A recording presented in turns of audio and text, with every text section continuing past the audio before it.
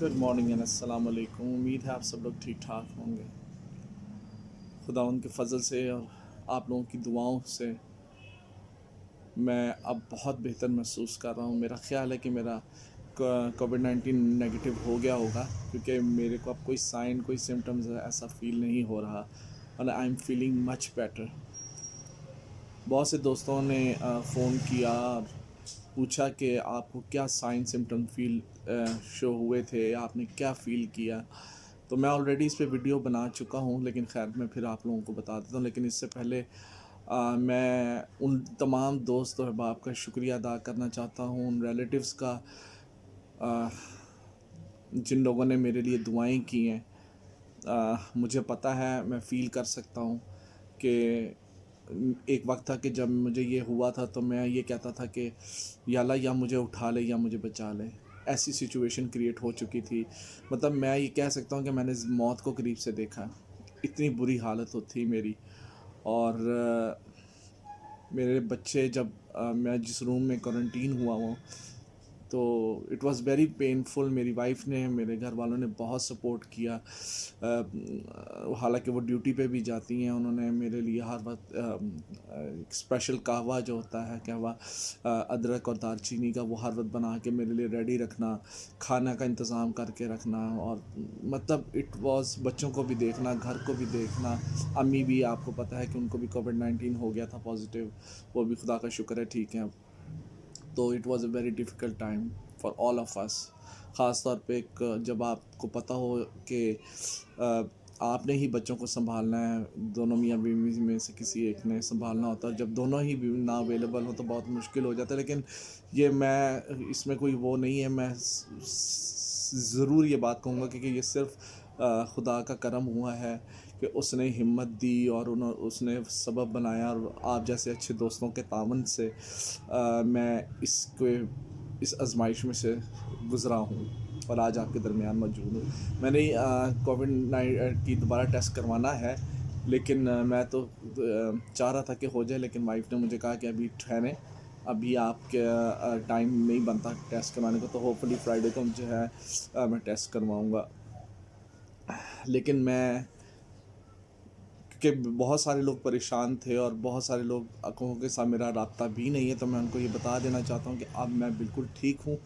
अब टेस्ट नहीं मैंने भी करवाया है, लेकिन मुझे फ़ील हो रहा है, क्योंकि ज़ाहिर है मैं इस चीज़ में से गुज़र रहा था, तो मुझे फ़ील हो रहा है कि now I am much better and improved.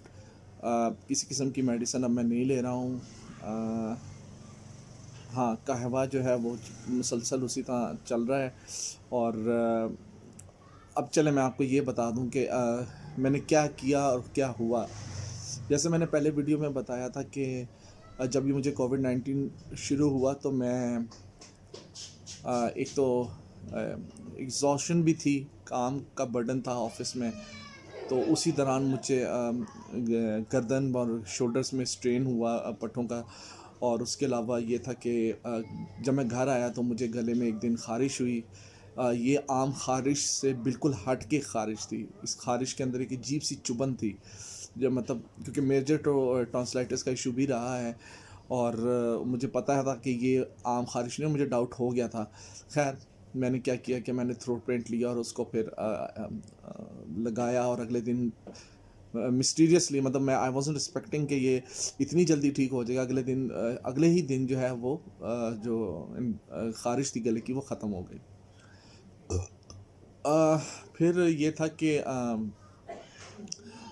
कुछ ही दिनों बाद जो है मुझे जो है बुखार चढ़ना शुरू हो गया, और टांगों में ऐसे जैसे बेचैनी और अकड़ाव थी। जब मैं लेटता था तो फिर टांगें जो थी वो, उसमें बहुत दर्द होता था, बेचैनी होती थी। और बुखार जो था वो 103 तक, मतलब हाई ग्रेड फीवर जो है वो शुरू हो गया था। तो उसके लिए फिर मैंने अपना पैनाडोल, पहले शुरू में स्टैट में ली, और उसके बाद फिर वो 2 दफ़ा 3 दफ़ा इस तरह शुरू हो गया। और मतलब फिर हर 4 या 6 घंटे बाद लेना शुरू हो गया, लेकिन आराम नहीं आ रहा था।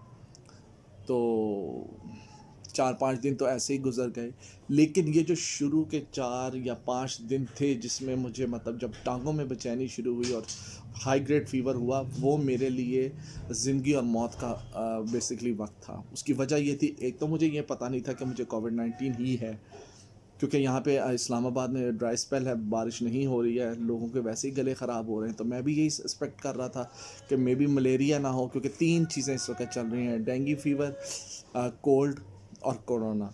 तो अब इन तीनों को डायग्नोस करना भी इतना आसान नहीं, क्योंकि कोई पता नहीं होता कि क्या इन तीनों की सिम्टम्स ऑलमोस्ट सेम है। तो मुझे मलेरिया की भी फीलिंग हो रही थी, मैं सोचा था शायद मलेरिया ना हो, उसके लिए भी मैंने मेडिसिन ली। और फिर डॉक्टर ने मुझे एंटीबायोटिक्स दी 5 दिन लेने के लिए, मैंने वो भी कोर्स किया।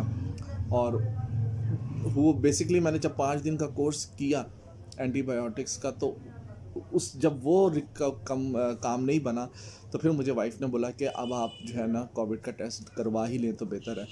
तो फिर मैं शिफा इंटरनेशनल गया और वहाँ से फिर मैंने कोविड का टेस्ट करवाया। जो अगले दिन report I, it was unexpected, मतलब पॉजिटिव थी। और बस फिर रिपोर्ट आते साथ ही मैंने डॉक्टर को जो ऑनलाइन चेक करवाया और उन्होंने मुझे कहा फ़ौरन क्वारंटीन हो जाएं। कुछ मेडिसिन उन्होंने दी जिसमें वो था विटामिन डी थी, और 1-2 टैबलेट्स और थे, विटामिन सी थी।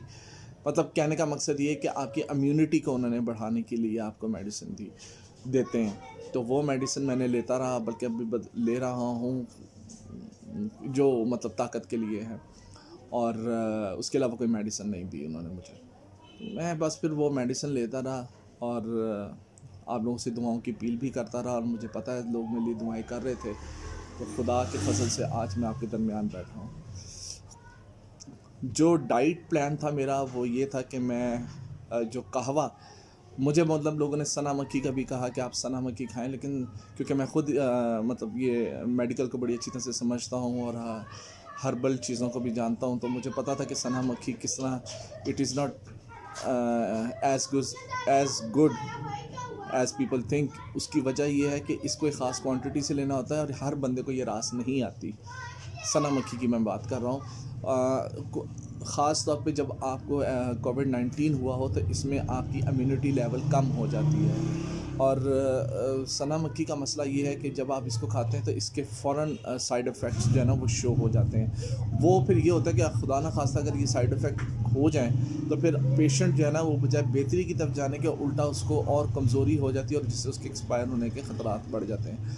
सना मक्खी का मसला ये होता है कि ये सीधा सीधा आपको डायरिया की तरफ लेके जाता है, आपको इस्तेसाल हो जाता है, आपको मोशन लग जाते हैं, आपको या जिस्म में डिहाइड्रेशन हो जाती है और क्रैम्प्स पड़ना शुरू हो जाते हैं। तो इस चीज़ को अवॉइड, मैं तो ये कहूँगा कि लोग सना मक्खी की तरफ मत जाएं, मत इस तरह के टोटके करें। I am as a professional आपको कह रहा हूँ कि आगे आपकी मर्ज़ी है कि मतलब इसके आपने अपने आप को डिहाइड्रेट नहीं होने देना, आपने अपने आप को रेस्टलेस नहीं होने देना, और आपकी डाइट इनटेक सही होनी चाहिए। ये 3 चीज़ें आप करें तो मैं नहीं समझता कि कोई वजह हो कि आपको कोविड-19 से रिकवर ना करें। घर का सुकून, आपको आराम चाहिए, आप अपने आप को एग्ज़ॉस्ट ना करें। अगर आप अपने आप को एग्ज़ॉस्ट करेंगे तो आपको ना सिर्फ अगर आप कोविड-19 में हैं तो आप एग्ज़ॉस्ट हैं तो इसका मतलब ये कि इम्यूनिटी लेवल कमज़ोर पड़ रहा है। तो अगर आप एग्ज़ॉस्ट हैं तो आपको अगर आपको कोविड-19 हुआ है तो फिर आपके लिए ख़तरा है, आपको अपने आप को रेस्ट देना होगा। सेकेंडली ये चीज़ है कि आपने एंग्जाइटी नहीं लेनी। एंग्जाइटी से मुराद ये है कि यार पता नहीं क्या हो जाएगा, मैं बचूंगा भी कि नहीं बचूंगा, मैं ठीक भी होऊंगा, क्योंकि ये इतनी बुरी चीज़ है। मतलब एज इंसान होने के नाते तो ज़ाहिर है हर बंदे को ये होता है कि जी मुझे पता नहीं, वाकई मैं इस चीज़ से गुज़रा और मैं कहता था कि या खुदावंद मुझे उठा ले या बचा ले, ये लफ्ज़ मेरे मुंह से निकलते थे। तो ज़ाहिर है कि हर इंसान ये सोचता है, लेकिन ऐसा ना ही करें तो बेहतर है। दुआ नमाज पढ़ करते रहें, और ये है कि अदरक और दारचीनी का कहवा आपके टेबल से हटना नहीं चाहिए। कोई भी चीज़ खाएं वो गर्म होनी चाहिए, पानी खूब पिएं, पानी की कमी नहीं होनी चाहिए आपको। 2-2 3-3 जग पी लें, उसकी वजह ये है कि जितना पानी आप पिएंगे उतना यूरिनेट करेंगे तो वो आपकी जो जिस्म के अंदर पानी की किल्लत है वो पूरी हो जाएगी आम दिनों के बनिस्बत। दूसरा ये है कि कहवा, इसका अपने हाथ नहीं रोकना। गर्म चीज़, ड्राई फ्रूट्स खूब खाएं।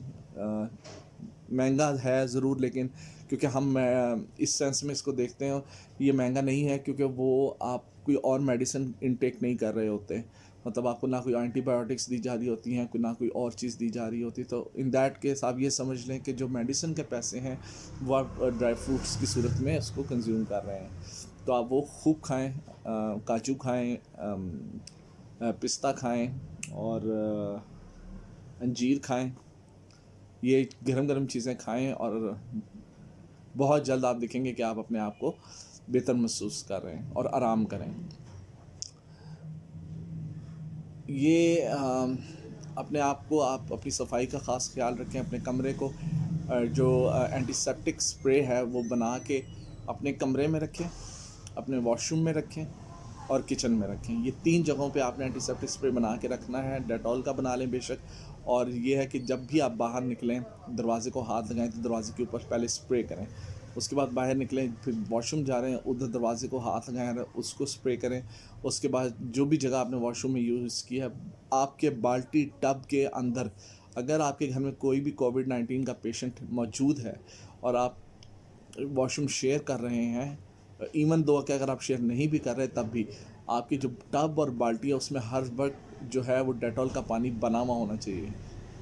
और जब भी आप वॉशरूम यूज़ करके निकले, आपने वॉशरूम के अंदर जिस जगह को आपने छुआ है उसके ऊपर उसको पानी गिराना है डेटॉल वाला। ये बहुत ज़रूरी है। बाकी इस वक्त कोविड-19 की सिचुएशन बहुत ख़राब है, तो आप सब कोशिश करें कि अपने आप को जितना महफूज रख सकते हैं रखें। मास्क ज़रूर पहनें और अवॉइड करें बस ज़्यादा बाहर आना जाना। मैं वैसे अभी क्वारंटीन तो हूँ, लेकिन मैं थोड़ी देर के लिए घर के साथ ही पार्क है वहाँ पे चला जाता हूँ और धूप में बैठता हूँ।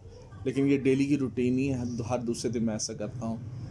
तो आप भी कोशिश करें कि मास्क अच्छी तरह पहनें। और हाँ, अगर आपको लगता है कि आपको कफ़, मुझे बहुत कफ़ रही है, मतलब शुरू में जब मुझे कोविड-19 हुआ तो मुझे कफ़ की कोई शिकायत नहीं थी, लेकिन अब जब ये फाइनल स्टेज पे आया, जब ठीक होने लगा, तो कफ़ की शदीद शिकायत हो गई। तो इस सिचुएशन में आपको अगर हो तो आप स्टीम्स लें। स्टीम क्या करता है कि वो जब आप स्टीम इनहेल करते हैं तो वह आपकी जो सांस की नाली है और लंग्स जो है उसको खोल देता है। क्योंकि कोविड-19 की वजह से इन्फेक्शन हो जाता है, ब्लॉकेज शुरू हो जाती है, ना सांस की नाली में रेशा इकट्ठा हो जाता है, लेकिन जब आप उसको बाहर निकालने की कोशिश करते हैं तो वो उसको रोकता है। तो स्टीम का फ़ायदा ये है कि वो उसको पतला कर देता है और वो उसको निकलने में जो है ना आसानी हो जाती है। तो स्टीम, और जब आप स्टीम लें तो अदरक का इस्तेमाल, आप उसके अंदर अदरक डालें या आप उसके अंदर जो हकीम से या पंसार से जो शांदा मिलता है वो उसके अंदर डालेंगे तो उससे आपको बहुत फ़ायदा होगा। उम्मीद है कि आपको मेरी ये वीडियो ज़रूर पसंद आएगी। मैंने स्पेशली ये वीडियो इसलिए बना रहा हूँ ताकि आप लोगों का शुक्रिया अदा करूँ कि आप लोगों की मॉरल सपोर्ट, फाइनेंशियल सपोर्ट और इज्तिमाई दुआएं, इनफरादी दुआएं सारी काम आई हैं मेरे। और मेरे पास अल्फाज नहीं है कि मैं आप लोगों का किस तरह से शुक्रिया अदा करूँ। खुदा आपको बरकत दे और आप सबको अपनी हिफाजत में रखें। Please take care and have a good day.